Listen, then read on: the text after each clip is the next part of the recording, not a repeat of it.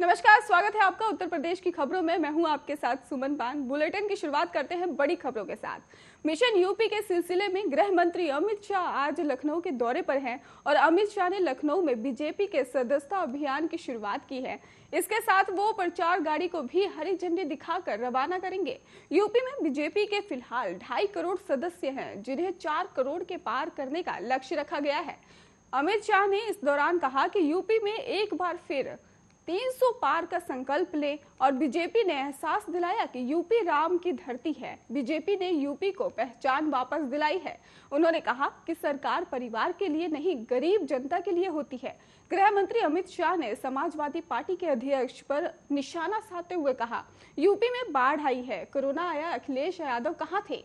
अखिलेश ने बस अपनी जाति के लिए काम किया है। 2022 के चुनाव का आज से श्री गणेश हुआ है और अमित शाह ने सवाल पूछते हुए कहा कि अखिलेश बताएं कि वो 5 साल में कितना विदेश में रहे। केंद्रीय गृह मंत्री ने यह भी कहा कि भाजपा ने उत्तर प्रदेश को उसकी पहचान वापस दिलाने का काम किया है और बीजेपी ने सिद्ध किया है कि सरकार जो बनती है वे करती है और इसके साथ ही परिवारों के लिए नहीं होती और सरकार सूबे के सबसे गरीब से गरीब व्यक्ति के लिए होती है। उन्होंने कहा कि बीजेपी ने उत्तर प्रदेश को देश का सबसे प्रमुख राज्य बनाने की दिशा में काम किया है।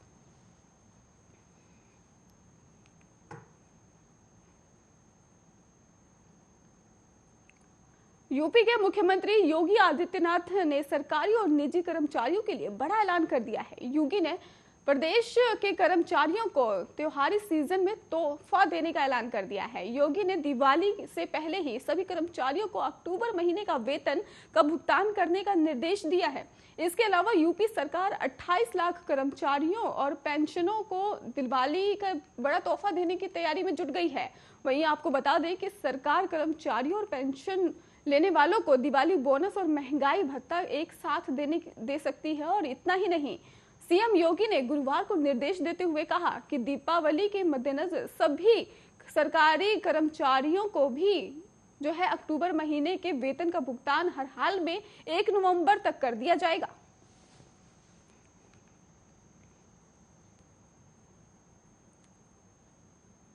उत्तर प्रदेश सरकार ने बाढ़ प्रभावित इलाकों के लिए बड़ी घोषणा कर दी है। उत्तर प्रदेश की योगी आदित्यनाथ की सरकार ने बाढ़ प्रभावित इलाकों को मदद करने के लिए 160 करोड़ रुपए की आर्थिक मदद देने की घोषणा कर दी है। सीएम के इस राहत राशि के ऐलान से ही 84 जिलों के 5 लाख से ज्यादा किसानों को मदद मिलेगी। योगी सरकार ने यह आर्थिक मदद का ऐलान बाढ़ से फसलों को जो नुकसान हुआ है उसके आकलन करने के बाद किया है और इस राहत राशि के संबंध में ही गुरुवार को ही जानकारी दी गई है। और आपको ये भी बता दें कि उत्तर प्रदेश सरकार के इस राहत पैकेज से 44 जिलों के 5 लाख से ज्यादा किसानों को मदद मिलेगी। और एक सरकारी बयान में ये भी बताया गया है कि उत्तर प्रदेश सरकार ने राज्य के 44 जिलों के बाढ़ से प्रभावित करीब 5 लाख किसानों को मदद देने के लिए 160 करोड़ रुपए जारी किए हैं और मुख्यमंत्री योगी आदित्यनाथ उचित और तत्काल मुआवजा देने का निर्देश दिया है। इसके अलावा बाढ़ प्रभावित जिलों में भी किसानों को हुए नुकसान का आकलन की प्रक्रिया को तेज कर दिया गया है। विभाग के अधिकारियों के अनुसार 180 करोड़ रुपए के नुकसान का आकलन किया गया है। यूपी सरकार द्वारा जारी 160 करोड़ रुपए की सहायता राशि से लगभग 4.73 लाख से ज्यादा किसानों को राहत पहुंचेगी। वहीं मुख्यमंत्री कार्यालय में हुए उच्च स्तरीय बैठक में भी कृषि विशेष अनुदान के अंतर्गत राहत सहायता प्रदान किए जाने की समीक्षा की गई है। और इस बैठक में सीएम योगी को बताया गया है कि बाढ़ और अतिवृष्टि के आगरा, अलीगढ़, आजमगढ़ और फर्रुखाबाद, प्रतापगढ़, औरैया और कानपुर देहात, कानपुर नगर, कुशीनगर, लखीमपुर खीरी और गाजीपुर, गोंडा, गोरखपुर, चंदौली, चित्रकूट और जालौन, झांसी, देवरिया, पीलीभीत, बलरामपुर, बलिया, बस्ती, बांदा, बहराइच और बाराबंकी, बिजनौर, ऐसे ही कई मुरादाबाद, ललितपुर, वाराणसी, कई जगह पर आपको बता दें कि सीतापुर, सुल्तानपुर में भी कौशाम्बी के 4,73,581 किसान प्रभावित हुए हैं। इन किसानों को मदद देने के लिए सरकार ने नई घोषणा की है। और इस बैठक में मुख्यमंत्री ने कहा है कि प्रदेश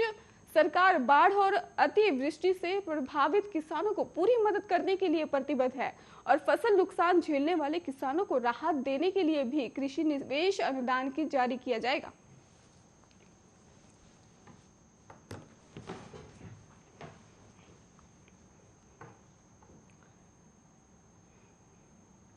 गृह मंत्री अमित शाह ने जहां लखनऊ में बीजेपी के सदस्यता अभियान की शुरुआत की है, वहीं समाजवादी पार्टी अध्यक्ष अखिलेश यादव ने कांग्रेस और बीएसपी के नेताओं को पार्टी में शामिल करते हुए बीजेपी पर सीधा निशाना साध दिया है। अखिलेश ने कहा, बीजेपी में मनभेद जो नहीं होना चाहिए और बल्कि मतभेद जो हो रही है। और अखिलेश ने यह भी कहा कि बीजेपी सभी विधायकों के टिकट काट रही है तो भी जीत नहीं पाएगी। अखिलेश ने सवाल पूछा कि योगी सरकार ने 4.5 साल लोगों को कौन सा टैबलेट बांटा है। उन्होंने कहा कि आज किसान बीजेपी का सफाया चाहता है। अखिलेश यादव ने यह भी कह दिया कि आज किसान बीजेपी का सफाया चाहता है, फसल को खरीदने का कोई इंतजाम किया है और इसके साथ ही किसान मजदूरों में अपनी खेती में आग लगा रहे हैं।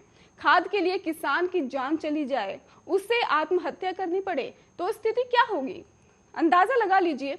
और इसके साथ ही उन्होंने कहा कि देश का सबसे बड़ा एक्सप्रेसवे सपा ने ही बनाया है।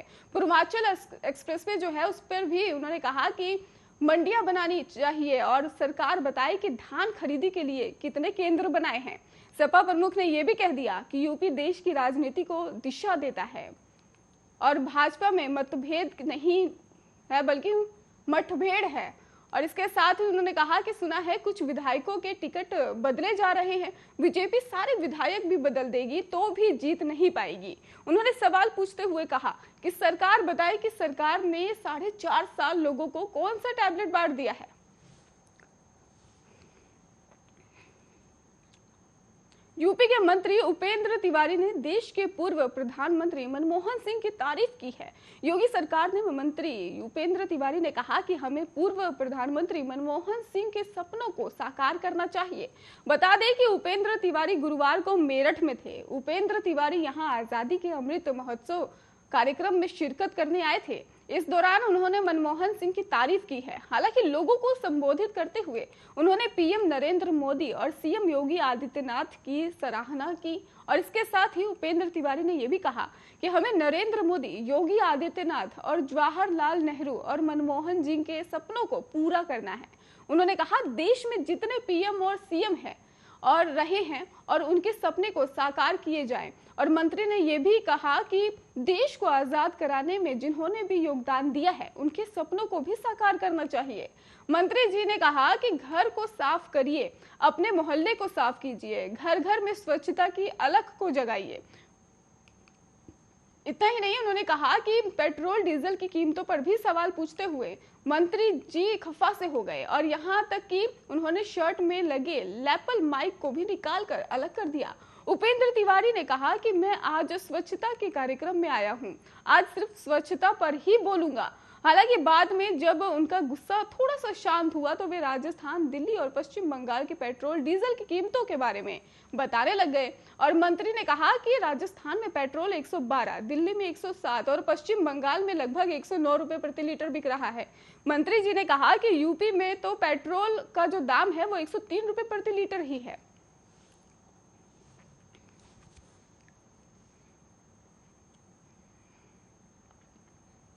देश में लगातार बढ़ रहे पेट्रोल डीजल की कीमतों में जो लोगों की परेशानी है वो बढ़ा दी है। पर इनके बढ़ते दामों के बीच यूपी में पेट्रोल डीजल के दाम को लेकर राहत भरी खबर सामने आ रही है। दरअसल उत्तर प्रदेश की योगी सरकार पेट्रोल और डीजल पर से वेट कम करने सकती है, ऐसा भी कहा जा रहा है। वही आपको बता दें कि पेट्रोल के हर दिन बढ़ते दाम से यूपी में पेट्रोल के दाम 100 का आंकड़ा बहुत पहले ही पार कर चुका है। वही डीजल के दाम में भी जो है वो भी सोचूरा के आंकड़े में ही जो सेंचुरी है वो छूती हुई दिखाई दे रही है। अगर प्रदेश की योगी सरकार पेट्रोल डीजल पर लगने वाले वेट टैक्स को कम करने का निर्णय लेती है तो इससे आम आदमी है उनको काफी ज्यादा राहत मिल सकती है। और उत्तर प्रदेश में राज्य सरकार को पेट्रोल और डीजल के टैक्स से करोड़ों रुपए का फायदा मिलता है। यहाँ राज्य सरकार पेट्रोल पर 18.74 रुपए प्रति लीटर का टैक्स वसूलती है। वहीं यहाँ राज्य सरकार डीजल पर 12.84 रुपए प्रति लीटर के वेट का टैक्स लेती है। पेट्रोल और डीजल से केंद्र और राज्य दोनों सरकारों को मोटा मुनाफा होता है। केंद्र की तरफ से ही लगने वाली एक्साइज ड्यूटी में ही पेट्रोल के आधार पर दाम लीटर जो है वो मुनाफे और फ्रंट चार्जेज जोड़ कर लेती है और सरकार इसके लिए भी प्रतिशत निर्धारित नहीं करती है। आपको बता दें कि देश के सबसे बड़े राज्य में आज पेट्रोल के दाम जो है वो 43 पैसे की बढ़ोतरी हुई है। वहीं डीजल के दामों में 44 पैसों की बढ़ोतरी हुई है और यूपी में पेट्रोल जो है वो आज 105.27 रुपए प्रति लीटर से बढ़कर 105.70 रुपए प्रति लीटर पर पहुंच गया है। वहीं डीजल जो है 97.50 रुपए प्रति लीटर से बढ़कर 97.94 रुपए लीटर पहुंच गया है।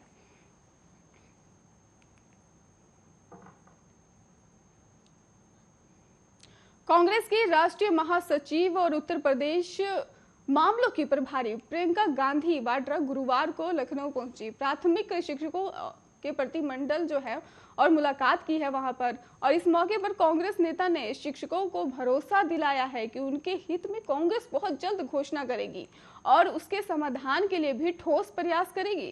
कांग्रेस प्रदेश मुख्यालय से जारी बयान के अनुसार प्रियंका गांधी ने प्राथमिक शिक्षक संघ के प्रतिनिधि मंडल की बातों और समस्याओं को गंभीरता पूर्वक सुनकर आश्वासन दिया है कि शिक्षकों को कर्मचारियों की कई मांगों को जल्द ही कांग्रेस की तरफ से घोषणा कर दिया जाएगा और पार्टी शिक्षकों और शिक्षा मंत्रियों, अनुशेषकों, आशा रसोई आदियों को भी समस्याओं के समाधान के लिए ठोस प्रयास करेगी। इसके साथ ही प्रियंका गांधी ने कहा कि कांग्रेस की प्रतिबद्धता आपके साथ है। आपके साथ हुए अन्याय को हम देख रहे हैं और न्याय की लड़ाई में आपके साथ हैं।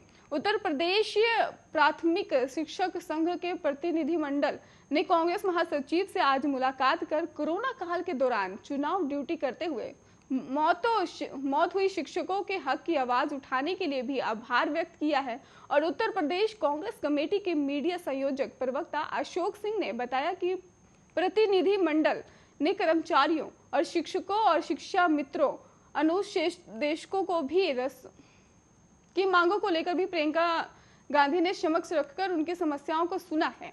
और आपको ये भी बता दें कि उनकी समस्याओं का समाधान करने का भी आश्वासन दिया है। और गौरतलब ये भी है कि उत्तर प्रदेश में पंचायत चुनाव के दौरान ड्यूटी करने वाले कुछ शिक्षकों की कोरोना से मौत हो गई थी और शिक्षकों की इस मौत को लेकर ही उत्तर प्रदेश शिक्षक संघ के पदाधिकारी और सरकार के बीच मौत के आंकड़ों को लेकर घमासान शुरू हो गया था।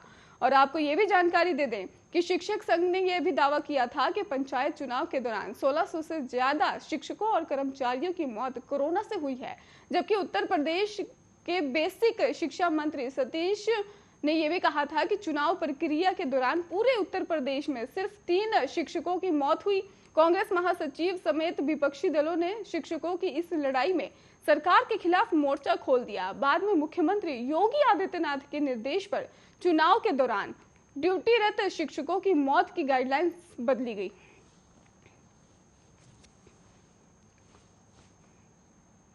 उत्तर प्रदेश में विधानसभा चुनाव से पहले कई नेता अपना नफा नुकसान देखकर पाला बदलने में लगे हुए हैं। नेताओं का एक पार्टी छोड़कर दूसरी पार्टी में शामिल होने का सिलसिला लगातार तेजी से बढ़ता जा रहा है।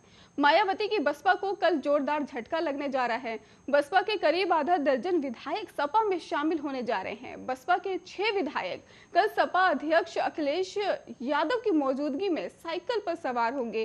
कार्यक्रम राजधानी लखनऊ में सपा के दफ्तर पर रखा गया है। और आपको ये भी बता दें कि बसपा विधायक हाजी जो है वो भी और भी कई इसमें लोग शामिल होंगे, जिसमें कि कई लोग शामिल होने जा रहे हैं। और ये भी जानकारी सामने आई है कि राज्यसभा चुनाव में इन सभी विधायकों ने सपा का साथ दिया था। बताया जा रहा है कि सपा में शामिल होने वाले ज्यादातर विधायक लखनऊ पहुंच चुके हैं और कल सुबह 11 बजे सभी विधायक को सपा दफ्तर बुलाया गया है। बसपा छोड़ सपा में शामिल होने वाले सभी 6 विधायकों को अखिलेश यादव विधानसभा चुनाव का टिकट देंगे। और ये भी कहा जा रहा है कि प्रयागराज मंडल के एक दूसरी पार्टी के विधायक भी कल सपा में शामिल हो सकते हैं। इस विधायक ने पिछले दिनों हुए विधानसभा उपाध्यक्ष के चुनाव में क्रॉस वोटिंग जो है वो की थी और इसके साथ ही ये भी जानकारी सामने आई थी।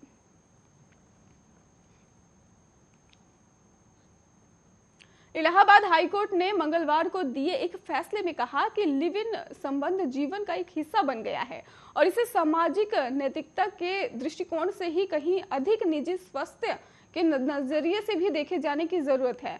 आपको ये भी बता दें, उन्होंने ये भी कहा है कि कि ये भी आदेश जारी किया हुआ है कि इन युगल जोड़ों का आरोप है कि लड़कियों के परिजन उनके दैनिक जीवन में हस्तक्षेप कर रहे हैं और एक याचिका कुशीनगर की शायरा खातून और उसके साथी द्वारा, जबकि दूसरी याचिका जो है वो मेरठ की जीनत परवीन और उसके साथी द्वारा दायर की गई है। याचिका में उन्होंने इस बात का भी उल्लेख किया है कि उन्होंने संबंधित पुलिस अधिकारियों से संपर्क किया है, लेकिन पुलिस अधिकारी ने उनकी कोई मदद नहीं की है। उनका दावा है कि उनकी जान और स्वतंत्रता को नजरअंदाज किया जा रहा है।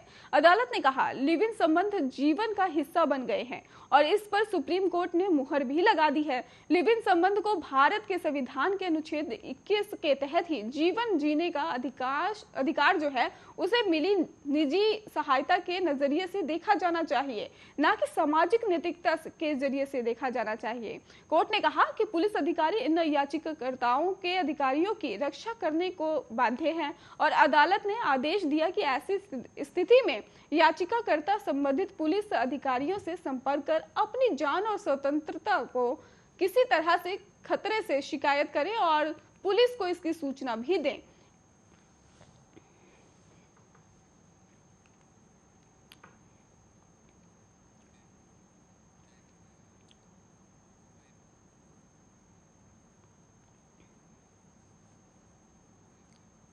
यूपी के लोगों को इस साल कड़ाके की सर्दी का सामना करना पड़ सकता है।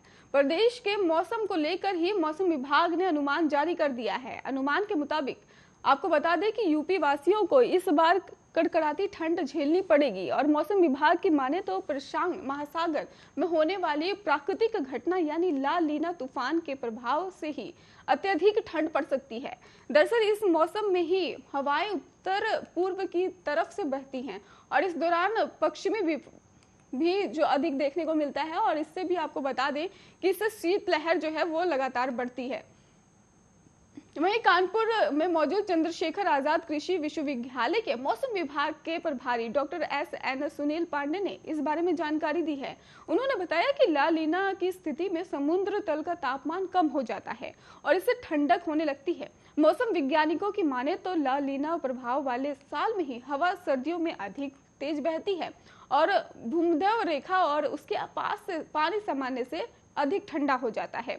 समुद्र का तापमान प्रभावित होने से ही सीधे तौर पर मौसम भी प्रभावित हो जाता है और मौसम विभाग के अनुसार ये भी अनुमान लगाया जाता है कि इस बीच में बारिश के आसार नहीं बनेंगे। जिन किसानों को फसल की बुआई करनी है वो कर सकते हैं। दरअसल ला लीना जो स्पेनिश है उस भाषा का शब्द है और इसका मतलब छोटी बच्ची होता है। यह प्राकृतिक घटना प्रशांत महासागर में घटती है और इसका प्रभाव मौसम पर भी पड़ता है। वहीं इसके उलट अगर देखा जाए तो प्रक्रिया को अल नीनो कहते हैं। अल नीनो का मतलब छोटा बच्चा होता है। उत्तर प्रदेश की खबरों में फिलहाल इतना ही, लेकिन आगे की खबरों के लिए आप देखते रहिए आर्य न्यूज।